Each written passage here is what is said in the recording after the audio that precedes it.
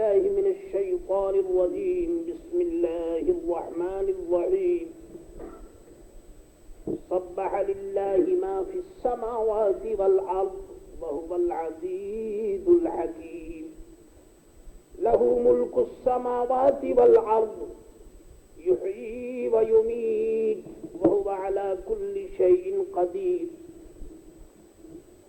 هو الأول والآخر والظاهر والباطن وهو بكل شيء عليم. هو الذي خلق السماوات والأرض في 6 أيام ثم استوى على العرش يعلم ما يلج في الأرض وما يخرج منها وما ينزل من السماء وما يعرج فيها وهو معكم أينما كنتم والله بما تعملون بصير. صدق الله مولانا العظيم وصدق رسوله النبي الكريم. سورہ حدید کی ابتدائی آیتیں ابھی تلاوت کی گئی.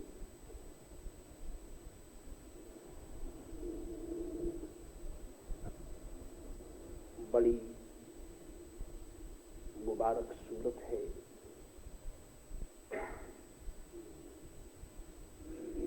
اللہ کے آخری رسول حضرت محمد رسول اللہ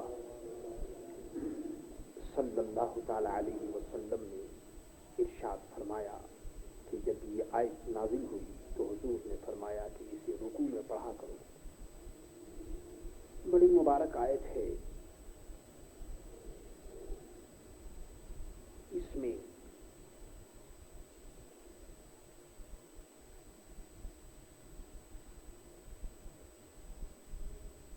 چار رکوع 29 آیتیں اور 544 کلمات ہیں اور اس سورت کا مدینہ طیبہ میں نزول ہوا. اس لیے یہ سورت جو ہے وہ مدنی ہے.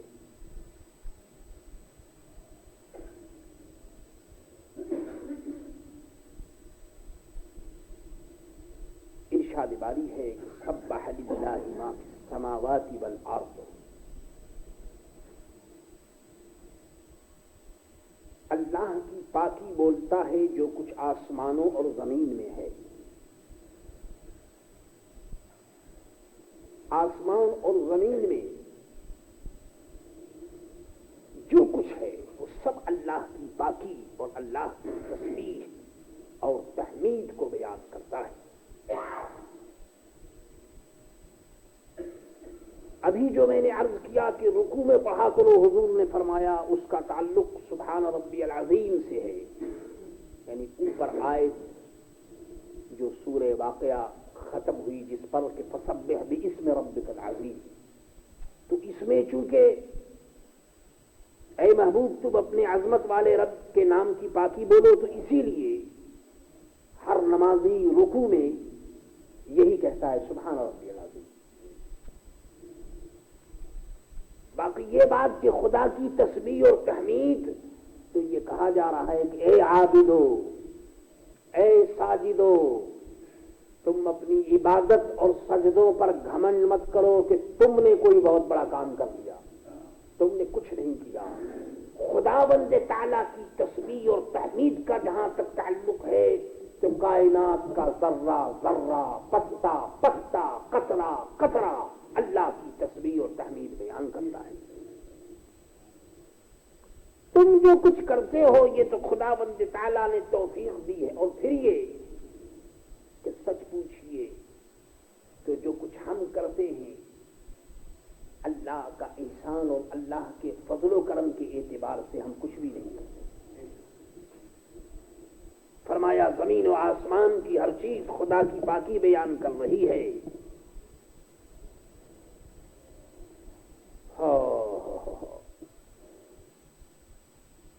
خدا کی پاکی جاندار بھی بیان کرتی ہے اور بے جان چیزیں بھی خدا کی پاکی بیان کر رہی ہیں.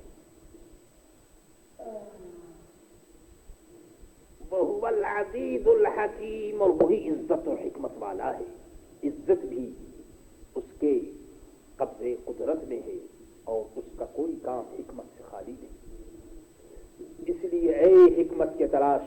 والو خدائے حکیم کی طرف توجہ کرو. اے عزت کے لیے دروازے دروازے پھرنے والو خدا بند تعالیٰ کی طرف متوجہ ہو جاؤ. وہی عزیز ہے, وہی حکیم ہے. لہو ملک السماوات والارض, اسی کے لیے ہے آسمانوں اور زمین کی سلطنت. حقیقی بادشاہ وہی ہے, اور جس کو بھی بادشاہت ملتی ہے اس کی مشیت سے ملتی ہے. اس لیے اگر تم بادشاہت کی جستجو میں ہو تو پھر اس کی طرف متوجہ ہو جاؤ کہ جس کے لیے یہ کہا جا رہا ہے کہ لہو ملک السماوات والارض, یحیی و یمیت, جلاتا ہے اور مارتا ہے. اس کی شان یہ ہے کہ جب تک چاہے تمہیں زندہ رکھے اور جب چاہے تمہیں مار ڈالے. وَهُوَ عَلَى كُلِّ شَيْءٍ قَدِيرٌ, اور وہ سب کچھ کر سکتا ہے. هُوَ الْأَوَّلُ, وہی اول ہے, اور والآخر, وہی آخر, وہی ظاہر, وہی باطن. اول بھی ہے, یعنی جب کچھ نہ تھا تو اللہ تھا. سب سے پہلے ہے کہ کچھ نہ تھا تو وہ تھا, اور آخر ہے کہ جب کچھ نہ ہوگا تو وہ ہوگا. ازلی ہے, ابدی ہے. اللہ اکبر. اور میرے دوستو, ظاہر ایسا کہ سبحان اللہ, کائنات کی ہر چیز اسے جانے, اسے پہچانے. جاہل, عالم, فاضل, بکریوں کے چرانے والے, گاؤں میں رہنے والے, جسے پوچھو بھائی اللہ کو جانتے ہو, کہتا ہاں بھائی اللہ کو جانتے ہو. وہ گڈریا جو بکریوں کے اور اونٹوں کے ریوڑ کو لے کر کے ریگستان میں پھرتا ہے, اسے بھی معلوم ہے کہ اللہ ایک ہے, وہ بھی جانتا ہے. ایسا ظاہر اور باطن ایسا میرے دوستو, اللہ اکبر, کہ حضرت محمد رسول اللہ صلی اللہ تعالی علیہ وسلم فرمائے ما عرفناک حق معرفتک, اے اللہ جو تیری معرفت کا حق ہے وہ ہم نے نہیں پہچانا. بتائیے, باطن ایسا کہ حضرت محمد رسول اللہ صلی اللہ علیہ وسلم بھی فرمائے اللہ جو تیرا حق ہے ہم نے نہیں پہچانا.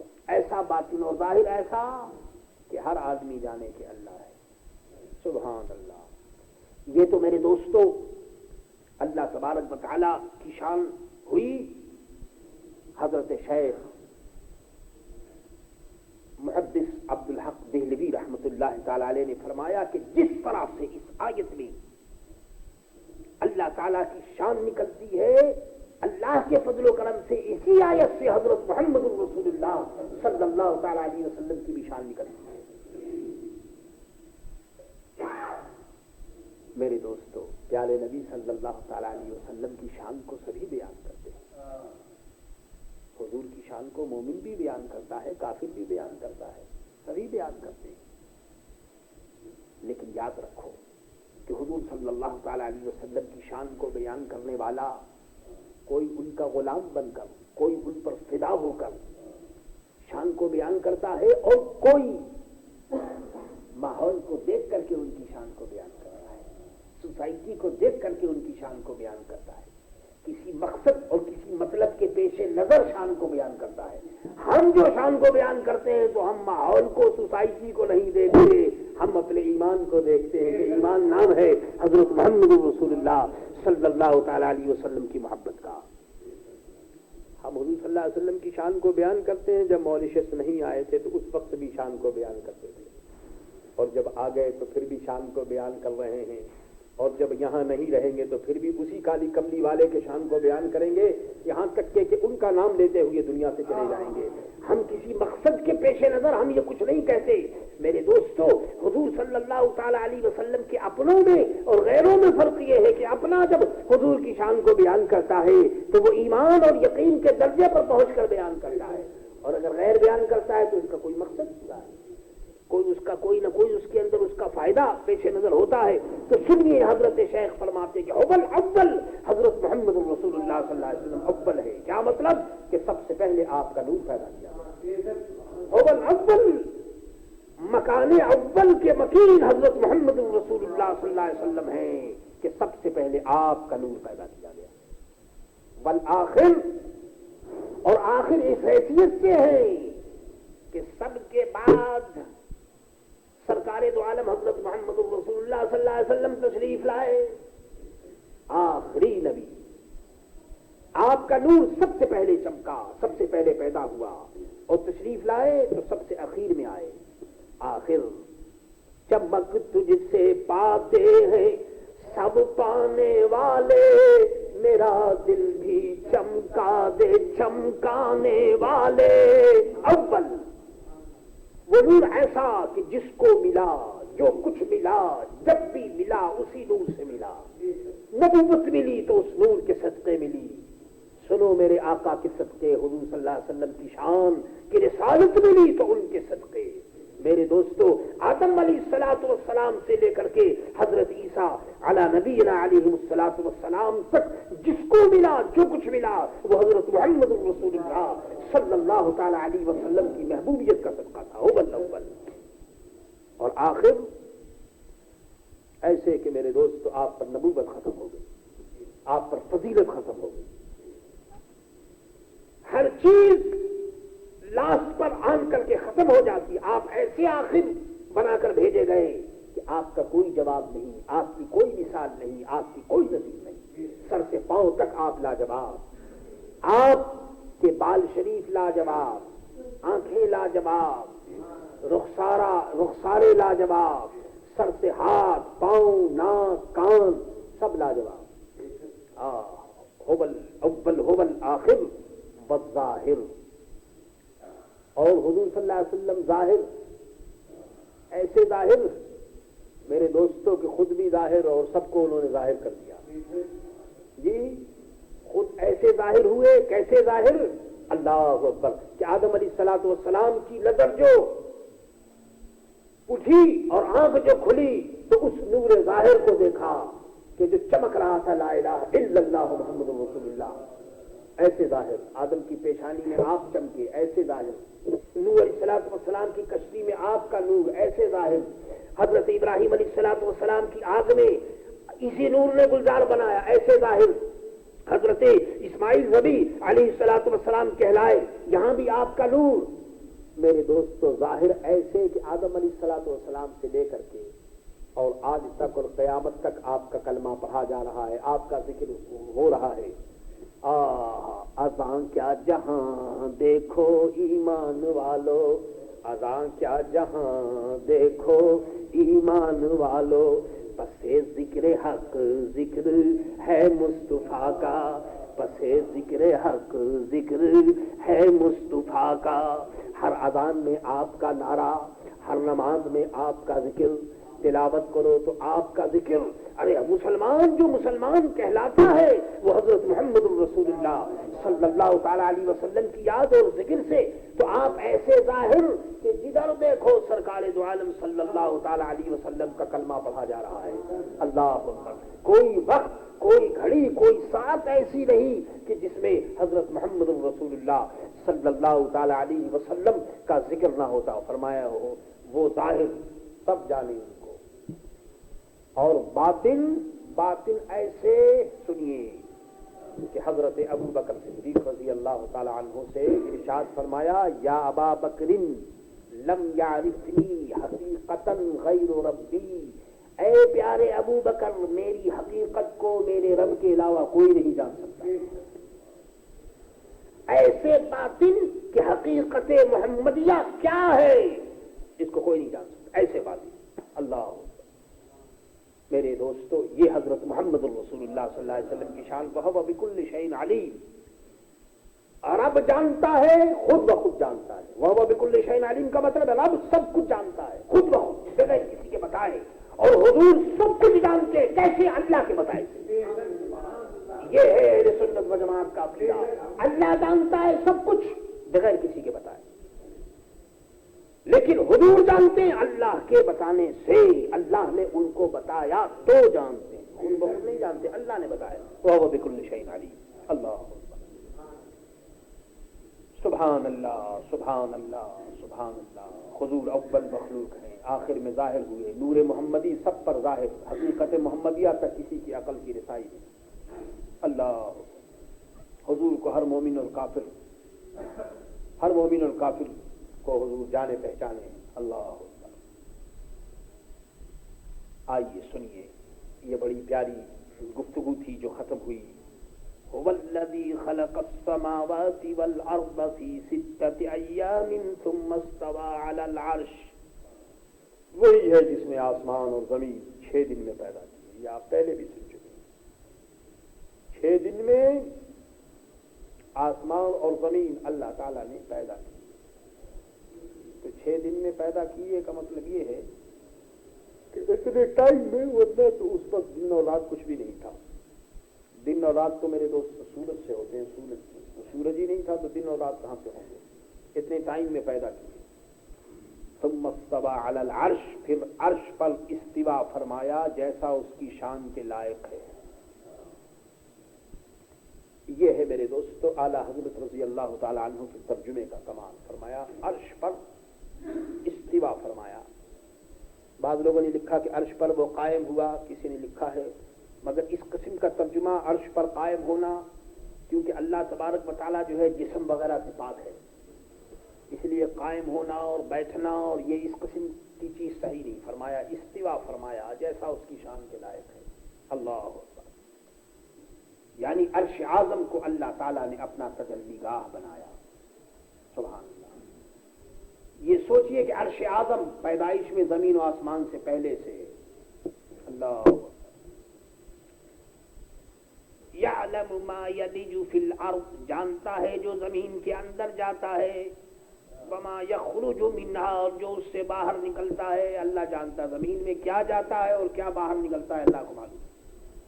زمین کے اندر بارش کے قطرے جاتے ہیں، دانا جاتا ہے، خزانہ سب کو معلوم ہے اس کے اندر کیا ہے، اور اس میں سے نکلتا ہے کیا کیا نکلتا ہے۔ سمندر سے موتی نکلتے ہیں، مائن سے سونا اور چاندی اور ڈائمنڈ نکلتا ہے، جی اللہ کو معلوم ہے اس میں سے کیا نکلتا ہے، اللہ کو معلوم ہے۔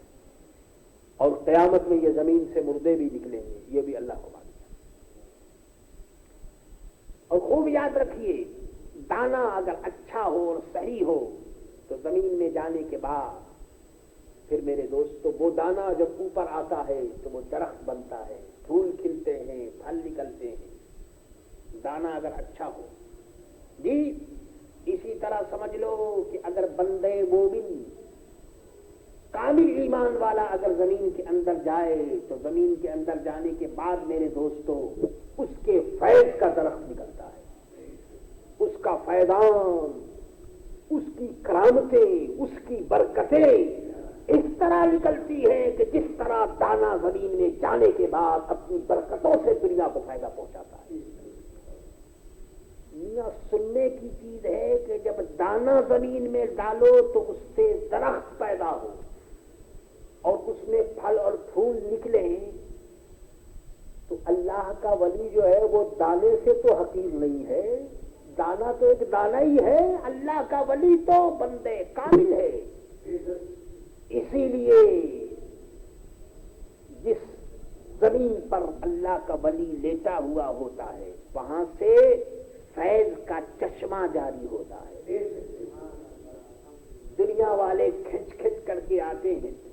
آپ نے دیکھا ہوگا اگر آم کے درخت میں آم پیدا ہو اور لیچی کے درخت میں لیچی لگے تو توڑنے والے آتے ہیں اور کھاتے ہیں۔ وہاں پر اللہ کا ولی جس مقام پر تشریف فرما ہوتا ہے وہاں فیضان اور کا درخت وہاں نکلتا ہے، پوری دنیا وہاں آتی ہے، دعائیں کرتی ہے، لوگوں کو دین بھی ملتا ہے، بزرگوں کی برکت سے دنیا بھی ملتی ہے۔ تو معلوم یہ ہوا کہ اللہ کا ولی جہاں ہو وہاں خدا کی رحمت کا نزول ہوتا ہے۔ اور پھر میرے دوستو یہ اپنا اپنا مقدر ہے اور اپنی اپنی عقیدت ہے کہ جس کو اللہ تبارک و تعالی اپنے فضل و کرم سے عطا فرما دیتا ہے. اللہ اکبر. فرمایا اللہ جانتا ہے جو کچھ زمین کے اندر جاتا ہے اور جو اس سے باہر نکلتا ہے اس کو معلوم ہے. وما ينزل من السماء وما يعرج فيها, اور جو آسمان سے اترتا ہے اور جو اس میں چڑھتا ہے اللہ کو معلوم ہے. آسمان سے اترتا ہے اور چڑھتا ہے. آسمان سے اترتا ہے یعنی رحمت اترتی ہے, بارش اترتی ہے, فرشتے اترتے ہیں, یہ سب اللہ کو معلوم ہے. اور جو دعائیں بندوں کی دعائیں جو اوپر جاتی ہیں, بندوں کے اعمال جو اوپر جاتے ہیں, اللہ والوں کی روحیں جو اوپر جاتی ہیں, اسے اللہ جانتا ہے. یہ جو ہم دعائیں کرتے ہیں میرے دوستو, تو یہ دعائیں اوپر جاتی ہے. اور یاد رکھو دعاؤں کی شکل ہوتی ہے, اعمال کے شکل ہوتے ہیں. ہمارے اچھے اعمال اچھی شکل میں اوپر جاتے ہیں, فرشتے ان کے لیے دروازہ کھولتے ہیں, لبیک کہہ کر ان کا استقبال کیا جاتا ہے. اسی لیے جب خدا کا بندہ دنیا سے جاتا ہے اور اللہ کے بندے کا دنیا سے انتقال ہوتا ہے, تو یہاں سے لے کر کے اور آسمان تک کے فرشتے اس کے لیے غم کرتے ہیں اور ماتم کرتے ہیں. کیوں؟ وہ کہتے ہیں کہ اے اللہ کے بندے, تیرے انتقال سے جو نام اعمال روزانہ اوپر کو آتا تھا وہ آنا اب بند ہو گیا. تو معلوم یہ ہوا کہ نیک اعمال اوپر جاتے ہیں اللہ کے فضل و کرم سے. تو رب کو معلوم ہے کہ کیا آدمی دعا کرتا ہے اور کیا چیزیں اوپر جاتی ہیں, روحیں اوپر جاتی ہیں. جب نیک بندوں کی روحیں اوپر جاتی ہیں تو دھوم مچ جاتی ہے, فرشتے استقبال کرتے ہیں اور مرحبا مرحبا کہہ کر کے جدھر سے وہ روح گزرتی ہے فرشتوں کے اندر دھوم مچ جاتی ہے. آپ نے دیکھا نہیں, اگر آج کی دنیا میں کوئی کنگ اگر آ جائے, کوئی پرائم منسٹر آ جائے, تو دیکھیے ہزار نہیں لاکھوں کا میرے دوست تو اجتماع ہوتا ہے. حسرت بھری نگاہوں سے لوگ دیکھتے ہیں کہ جی بہت بڑا آدمی آ گیا. میرے دوستوں, اس میٹیریل دنیا کی بات میں عرض کر رہا ہوں, لیکن آؤ روحانی دنیا کو دیکھو, اللہ کے نیک بندوں کی دنیا کو دیکھو کہ جب روح یہاں سے نکلتی ہے تو اس دنیا سے لے کر کے اور عالم بالا تک دھوم مچ جاتی ہے. کون آ رہا ہے, کس کا انتقال ہوا؟ ارواح طیبات استقبال کرنے کے لیے آتی ہے. تو رب فرماتا ہے کہ جو چیز نیچے آتی ہے اللہ اسے بھی جانتا ہے, اور جو چیز اوپر بھی جاتی ہے اللہ اسے بھی جانتا ہے. وَهُوَ مَعَكُمْ أَيْنَمَا كُنْتُمْ, اور وہ تمہارے ساتھ ہے. فرمایا تم کہیں ہو. کتنی پیاری بات قرآن کریم نے فرما دی. اور انسانوں کی بدعمالی, انسانوں کے مکر و فریب کو دور کرنے کے لیے یہ آیت کتنی عجیب و غریب. فرمایا وَهُوَ مَعَكُمْ, وہ تمہارے ساتھ ہے, تم جہاں کہیں بھی ہو, تم مسجد میں ہو, آفس میں ہو, مارکیٹ میں بیٹھے ہوئے ہو, کلب میں ہو, کہیں بھی ہو تم, اس سے کوئی بحث نہیں. کوئی آدمی دھوکہ کر رہا ہو, غداری کر رہا ہو, گناہ کے کام کر رہا ہو, نماز پڑھ رہا ہو, کہیں بھی ہو تم, جہاں تم ہو وہاں خدا ہے. وَهُوَ مَعَكُمْ, تم اس کے کنٹرول سے تو نکل نہیں سکتے. تو اس لیے اے گناہوں کے کرنے والوں اور اے خدا کی نافرمانی کرنے والوں, سوچو کہ جب رب تمہارے ساتھ ہے تو اب بتاؤ تم گناہ کہاں کرو گے اور کس سے چھپ کر کرو گے. وَهُوَ مَعَكُمْ أَيْنَمَا كُنْتُمْ. اللہ, کیا پیاری آیت ہے, سبحان اللہ. فرمایا وہ تمہارے ساتھ ہے, یعنی وہ جانتا ہے کہ تم کیا کر رہے ہو. اینما کنتم, جہاں کہیں بھی ہو. واللہ بما تعملون بصیر, اور اللہ تمہارے کام دیکھ رہا ہے, ان پر تم کو سزا جزا دے گا. اگر یہ بندہ خیال رکھے کہ رب مجھے دیکھ رہا ہے تو میرے دوستو کبھی گناہ نہ ہو. ہم سے جو گناہ ہوتے ہیں اسی وجہ سے ہو جاتے ہیں کہ یہ چیز ہمارے ذہن میں نہیں رہتی. اگر بندہ یہ سمجھے کہ رب دیکھ رہا ہے تو بتاؤ پھر کہاں گناہ کرے گا, کیسے کرے گا؟ رب جو دیکھ رہا ہے. فرمایا اللہ تمہارے کام دیکھ رہا ہے. لہو ملک السماوات والارض, اسی کی ہے آسمانوں اور زمینوں کی سلطنت. یہ جو دنیا کے اندر ہم لوگ اس چکر میں پڑ گئے, یہ زمین میری, یہ مکان میرا, اور یہ فیکٹری میری اور یہ کارخانے میرے اور یہ زمین میری. رب فرماتا ہے میاں تمہارا کچھ بھی نہیں، سب کچھ میرا، سب کچھ میرا. لہو ملک السماوات والارض، زمین آسمان کی سلطنت اس کی ہے. اس نے چند دنوں کے لیے تمہیں دے رکھا ہے، وہ بھی آزمائش اور امتحان کے لیے. اللہ اکبر، سبحان اللہ سبحان اللہ. پھر ارشاد فرمایا وَإِلَى اللَّهِ تُرْجَعُ الْأُمُورُ، اور اللہ ہی کی طرف سب کاموں کی رجوع ہے، لوٹنا سب اللہ کی طرف ہے. جی جو کچھ بھی کیجئے لیکن وہ لوٹنا جو ہے سب اللہ.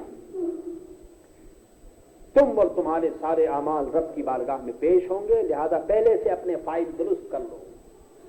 آج اگر کورٹ میں فائل جاتا ہے تو اس سے پہلے ایجوکیٹر بیرسٹر جو ہیں اس کو ٹھیک کرتے ہیں کہ بھائی کورٹ میں پیش کرنا ہے.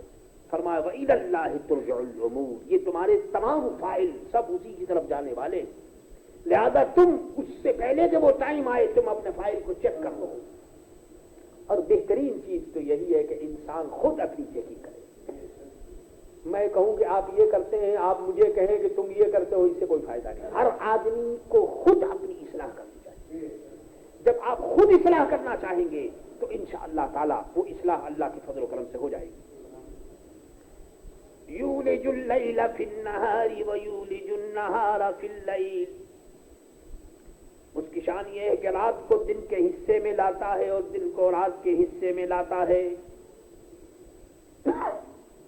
آپ دیکھتے نہیں سمر سیزن میں اور ونٹر سیزن میں یہ رات اور دن بدلتے ہیں، کبھی رات بڑی ہوتی ہے، کبھی دن چھوٹا ہوتا ہے، کبھی دن بڑا ہو جاتا ہے، رات چھوٹی ہوتی ہے.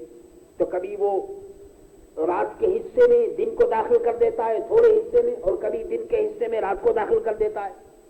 یہ اس کی قدرت ہے. اللہ اکبر. فرمایا کہ وَهُوَ عَلِيمٌ بِذَاتِ الصُّدُورِ. اللہ اکبر. ارشاد فرمایا کہ وَهُوَ عَلِيمٌ بِذَاتِ الصُّدُورِ،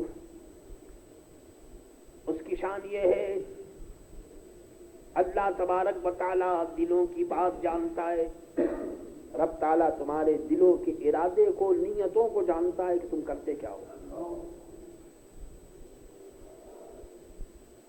تمہارے جو اعمال ظاہر ہیں وہ بھی جانتا ہے، جو باطن ہے وہ بھی جانتا ہے، جو تم نیت اور ارادہ کرتے ہو وہ بھی جانتا ہے، اور نیت اور ارادہ کرنے سے پہلے بھی اس کو معلوم تھا کہ تم کیا ارادہ اور نیت کرو. اللہ اکبر. وہ سب کچھ جانتا ہے. وَهُوَ عَلِيمٌ بِذَاتِ الصُّدُورِ.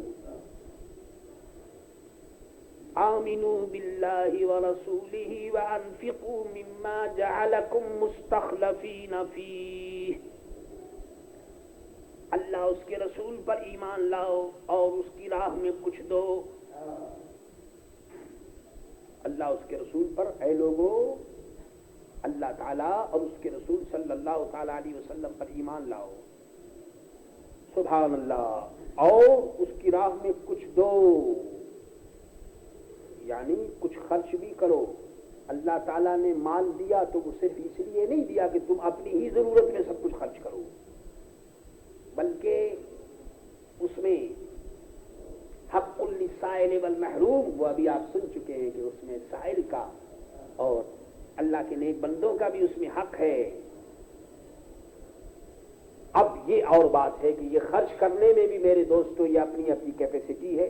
حضرت ابو بکر صدیق رضی اللہ تعالیٰ عنہ کو دیکھیے، انہوں نے سبھی خرچ کر دیا، تو یہ ان کا مقام ہے. بہرحال فرمایا کہ کچھ خرچ کرنا چاہیے، اور سچ پوچھو تو مال کا بہترین مصرف یہی ہے کہ آدمی خرچ کرے، اپنے ہاتھ سے خرچ کرے، اسی کے اندر بھلائی ہے. وَأَنفِقُوا، اس کی راہ میں کچھ دو، خرچ کرو، جس میں تمہیں اوروں کا جانشین کیا. مما جعلکم مستخلفین فیہ. سبحان اللہ. قرآن نے انسان کے نیچر کے اوپر اپنا ہاتھ رکھا اور کہا کہ اے انسانوں، یہ جو تم کو مال ملا ہے تو یہ کسی اور کا ہے جو تم کو مستخلفین فیہ، اس میں تم کو جانشین کیا دوسرے کا. یہ جو مکان ملا، مال ملا، تو یہ تمہارا نہیں، کسی اور کا تم کو مل گیا ہے. تو اسی طرح سے آج کسی کا مال تم کو ملا، کسی کا مکان تم کو ملا، ایک وقت آئے گا کہ یہ تمہارا مکان پھر کسی اور کو مل جائے گا، یہ تمہارے ہاتھ کا پیسہ کسی اور کو مل جائے گا۔ اس لیے آنی جانی چیزوں پر آدمی کیا بھروسہ کرے۔ اللہ اکبر۔ فرمایا کہ یہ تو تمہیں مل گیا، بس اللہ نے دے دیا، تو لہذا اللہ کے راستے میں اسے خرچ کرو۔ اسی لیے حضرت ابو ذر غفاری رضی اللہ تعالی عنہ کا مسلک تو یہ ہے کہ اپنے پاس کچھ رکھنا ہی نہیں چاہیے، جو کچھ ہو وہ خرچ کر دو۔ اللہ بہرحال اس کا مطلب یہ نہیں کہ آپ روپے پیسے سے اپنی ضروریات میں خرچ نہ کریں، ضرور خرچ کیجئے، اپنی ضرورت میں بھی خرچ کیجئے، بال بچوں کے لیے بھی خرچ کیجئے، لیکن اس کا مطلب یہ بھی نہیں ہے کہ سب اپنی ہی ضرورت میں خرچ کیجئے، کچھ اللہ کے نام پر بھی دینا چاہیے۔ اور ایک بات میں بتاؤں، اللہ کے نام پر دینے کا مطلب یہ نہیں ہے کہ آپ لاکھ اور ہزار روپیہ دیجئے، یہ مطلب نہیں ہے۔ جو کچھ آپ سے ہو سکے، ایک آدمی ایک دودھ کا پیالہ اگر دے سکتا ہے تو یہی اس کے لیے بڑی چیز ہے، ایک آدمی ایک پانی کا گلاس دے سکتا ہے تو یہی اس کے لیے بڑی چیز ہے۔ ہر آدمی اپنی حیثیت کے مطابق جو کچھ دے سکتا ہے دے، اللہ کو فضل و کرم کرتے ہوئے کوئی دیر نہیں لگتی۔ وہ ایک بات کے اوپر راضی ہو جائے تو یہی اس کی مغفرت کے لیے کافی ہے، ہماری مغفرت کے لیے اور انسانوں کی مغفرت کے لیے۔ فالذین آمنوا منکم، تو جو تم میں ایمان لائے اور اس کی راہ میں خرچ کیا، وانفقوا لہم اجر کبیر، ان کے لیے بڑا ثواب ہے۔ ایمان لائے، معلوم یہ ہوا کہ ایمان لانے کے بعد خرچ کرنے میں ثواب ہے۔ اگر کوئی بے ایمان ہو اور خرچ کرے تو اس میں ثواب وغیرہ کچھ نہیں، آخرت میں اس کا کوئی حصہ نہیں۔ ایمان شرط ہے کہ خرچ کرنے والا صاحب ایمان ہو، ایمان والا ہو، پھر خرچ کرے۔ اور اگر بغیر ایمان لائے اگر کوئی خرچ کرتا ہے تو یہ زیادہ سے زیادہ یہ ہے کہ اس کو دنیا میں کچھ دے دیا جائے گا، لیکن آخرت میں اس کا کوئی حصہ نہیں۔ ثواب جو آخرت کا ہے وہ اس بات پر موقوف ہے کہ صاحب ایمان ہو اور حضرت محمد رسول اللہ صلی اللہ تعالی علیہ وسلم کا غلام ہو۔ اللہ سے دعا کرو کہ اللہ تعالی ہمیں اس بات کی توفیق عطا فرمائے۔ ربنا لا تزغ قلوبنا بعد إذ هديتنا وهب لنا من لدنك رحمة إنك أنت الوهاب۔ قال الله تبارك وتعالى في شأن نبيه: إن الله وملائكته يصلون على النبي يا أيها الذين آمنوا صلوا عليه وسلموا تسليما۔ لا إن أولياء الله لا خوف